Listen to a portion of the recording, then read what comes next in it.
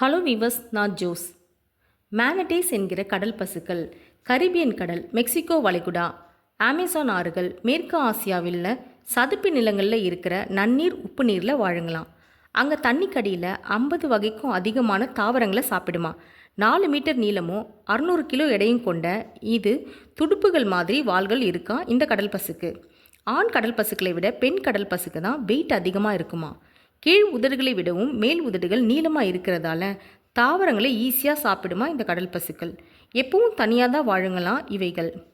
இணை சேரும் காலத்தில் ஆண் கடல் பசுவும் பெண் கடல் பசுவும் ஒன்றா இருக்குங்களாம். குட்டி போட்ட பிறகு அம்மாவும் குட்டியும் ஒன்றாக இருக்குமா. ஒரு நாளில் பாதி நாள் தண்ணி கடியில் தான் தூங்கிட்டு இருக்குமா. மீதி இருக்க டைமில் தான் கடல் ஆழத்துக்கு போய் நிறைய தாவரங்களை சாப்பிடுமா. ஆஃப் அன் ஹவர்க்கு ஒன்ஸ் தண்ணிக்கு மேலே மூச்சு விட்டுட்டு போகுங்களாம்.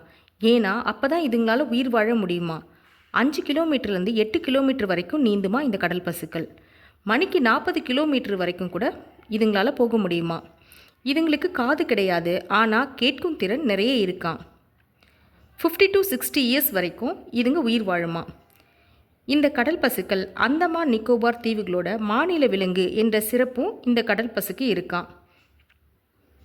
கடலில் படகுகளை பார்த்தா சுற்றி சுற்றி வருமா, ஆனால் யாருக்கும் எந்த ஆபத்தும் ஏற்படுத்தாதான். கரைக்கு அடிக்கடி ரெஸ்ட் எடுக்குமா இந்த கடல் பசுக்கள். இதோட பற்களை பொடி செஞ்சு மருந்தாக பயன்படுத்துகிறாங்க. இதோட தலையிலிருந்து தலைவலி தைலமும் எண்ணெயும் எடுக்கிறாங்க. இதோட இறைச்சி ரொம்ப டிமாண்ட்றதுனால இதை நிறைய வேட்டையாடவும் செய்கிறாங்க. இந்த விலங்கு ரொம்ப சாதுவானதுன்னு சொல்கிறாங்க.